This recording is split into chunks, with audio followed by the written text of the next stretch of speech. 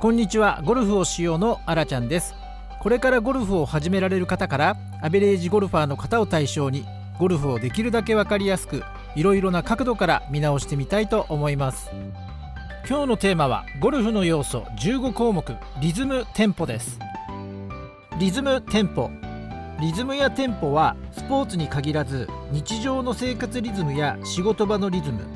人間関係でもテンポが合うなど、潮の満ち引きから自然のリズム、宇宙のリズム、バイオリズムといったあらゆる場面で周期、周波、リズム、テンポは意識しづらい分野ですが、目に見えない重要な要素ですね。ゴルフでもプレーリズム、スイングリズムはちょっとしたきっかけで乱れやすく、強い選手は強いメンタリティで淡々とプレーし続けて、ミスから自滅しない安定した何かを持っているのかもしれませんね。フローやゾーンに入ってハイスコアを上げる選手は、スポーツの種類や仕事の種類、私たちの生活の中でも時折感じられる調子よく仕事が進む時などのリズムテンポを意識しないほどのもっと強い何かの波長に合っている状態なのかもしれませんね。ゴルフでも大切なリズムやテンポを意識的に使い、プレーをより良くするために考えられるポイントを考えてみたいと思います。そもそもリズムテンポとは何か。リズムは規則的に鳴る音の塊と説明されています。例えば3拍子のワルツ、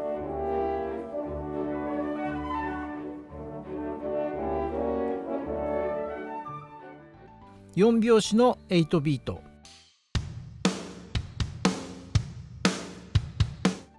5拍子の曲でいうとテイク5などの曲もありますね。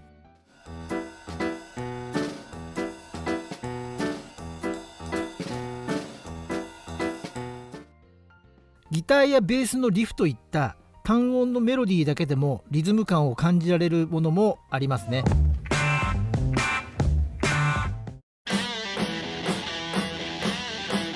音の強弱があるとリズムを感じやすい部分もあるので、自分に合ったリズムの強弱も意識できるといいですね。ですからゴルフでいうリズムが速いとは、ターゲットを決めてイメージをして素振りをしてからアドレス、フィニッシュといった一括りの動作をリズムと言えますね。次にテンポとは何か。音楽的に難しく説明は抜きにしますが、音楽符号でもテンポとは1分間に何拍取るかを示し、例えばテンポ120の場合、1分間で120拍打つということで、テンポ60ならば1分の秒針と同じ速さということですね。テンポスピードは認識しづらいので、無料のアプリでもメトロノームアプリなどもありますので、利用されるといいと思います。ゴルフでのリズムとテンポが大切だと思われるポイントを挙げてみます。まずスイングですね。14本のクラブのリズムテンポです。次に歩くスピードテンポです。次に呼吸ですね。この3つは実際に体を動かして感じられる部分ですよね。次の2点は意識的に訓練をしないとなかなかコントロールしづらい部分ですが、まず思考の速度、次に心拍数です。それぞれの要素を具体的に考えてみます。まずスイングです。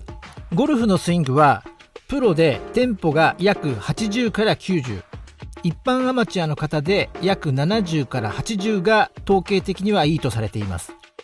アマチュアの方でも上級者の方やスポーツをされていた方はプロゴルファーに近いテンポが理想かもしれません。それぞれ個人差もありますね。ゴルフはドライバーからウェッジまでが13本と、パターを含めた14本のクラブには重量、長さ、場合によってはクラブバランスも違います。トッププレーヤーの一打のリズムはルーティンを含めほとんど同じで、クラブヘッドを見ないとどのクラブを使っているのかわからないほど同じリズムで同じ感覚で行われています。ドライバーからウェッジまで1打を同じリズムで打てるということは、13本のクラブをそれぞれ同じ距離を打てる再現性が高く、プレッシャーやミスの後の心の動揺した場面でもリズムを壊されずにパフォーマンスをそれほど低下させずにいられる要因の一つでしょうね。パターは理想のテンポが60だという説もあります。13本のクラブがテンポ的に約75から80に対してパターだけテンポ60というのも普段練習をかなり積んで無意識で再現できれば理想ですが、トッププロのように1日5時間から8時間と練習できる状況ではない私たちは工夫するポイントかもしれませんね。私としてはなるべくシンプルな方法をとってプレーをしてスコアアップも目指したいですね。次に歩くリズムやテンポです。歩くリズムやテンポは左右にショットを曲げてしまうと小走りにならざるを得ないので、ゴルフを始めたばかりの方には少し意識しづらいポイントですが、プレー時間も大切なのでやむを得ず走った後は少し深呼吸をして自分のリズムやテンポを整えることは18ホールまで続く次のプレーのためにも大切ですね。1打目2打目といったショットの間の歩行やホールとホールの間の歩行はある一定の時間間隔なので、リズムテンポ調整の時間と置き換えたり、前のショットのミスした気持ちを忘れて次のショットのために使う時間に使えるといいですよね。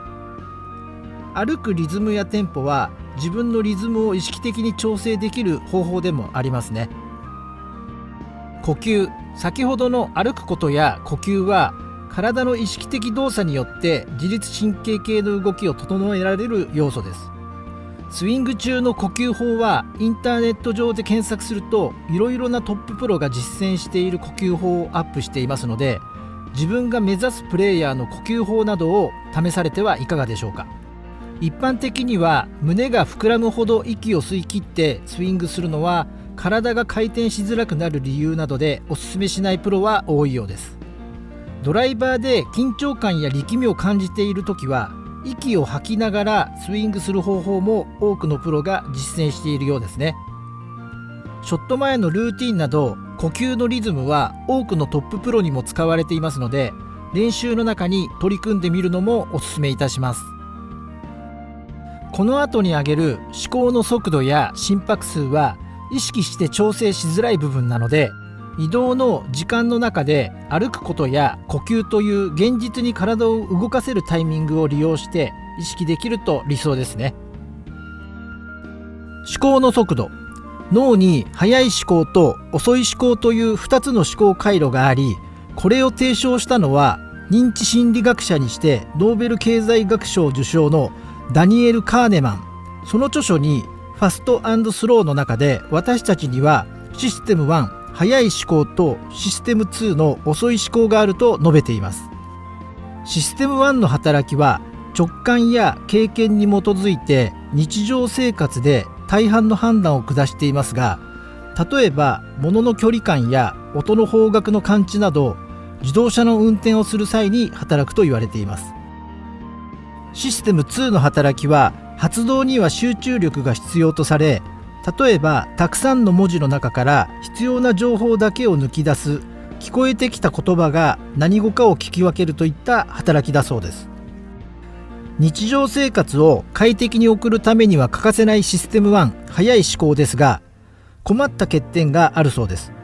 それはすぐにしゃしゃり出てきて遅い思考に付け入る隙を与えず、安易な結論に飛びつく傾向があるといいます。ゴルフでも皆さん不思議といい方向に流れ、考えずに次々といい感覚でラウンドできる時がありますよね。そういう時は振り返ってみると、風の変化、打ち上げ打ち下ろしなどの距離感も無意識でちゃんと確認して必要な情報を処理していることが多いですね。私を含め一般的なプレイヤーの多くの方が何か雑念がある時、特にミスの後、逆にバーディーの後などは自分が確認するべき情報のどこかを飛ばして悪い言い方をするといい加減になってしまっていることが多いようですよね。思考の速さはいいプレーをしている時とミスの多い時では違う答えを出していることが多いので、ショット前に自分が必要な距離、風、ターゲット、クラブ選択、弾道イメージ、フェースの打点、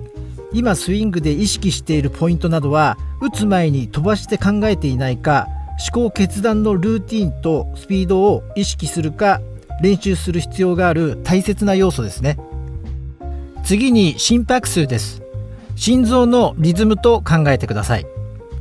一般的なゴルファーのティーショット時の心拍数は130から150ぐらいまで上昇すると言われています。適度な緊張感や心拍数の増加はプレーに好ましいのですが、心拍数が上がりすぎると思ったように体が動かなくなり、練習では調子が良かったのに試合で緊張して実力が発揮できなかったということは、プロであれアマチュアであれどのアスリートにも起こり得る現象で、本人が自覚していても制御するのが難しいと言われています。トッププロは緊張して心拍数が上がっても打てるようにランニングして心拍数を上げて打つ練習などをしたり、何戦も繰り返してきた競技の中の自分の自信や制御方法などを体得しているのでしょうね。ラウンド中のショットとショットの移動する時間的なリズムを歩くリズムやテンポで工夫改善する方法を見つけられるといいですよね。リズムテンポを具体的な練習方法の一つとして捉え、具体的な練習のメニューに入れるにはどうするかから考えるのもいいのではないでしょうか。今日のテーマはゴルフの要素15項目リズムテンポをお送りいたしました。これからゴルフを始められる方々がご友人だけではなく、いろいろな場面でいろいろな方々とゴルフの話で楽しく盛り上がれるように、専門用語をできるだけ分かりやすくお伝えさせていただき、皆様のゴルフライフのお手伝いをさせていただければ幸いです。気に入っていただけた方は番組登録、いいねのクリックをお願いいたします。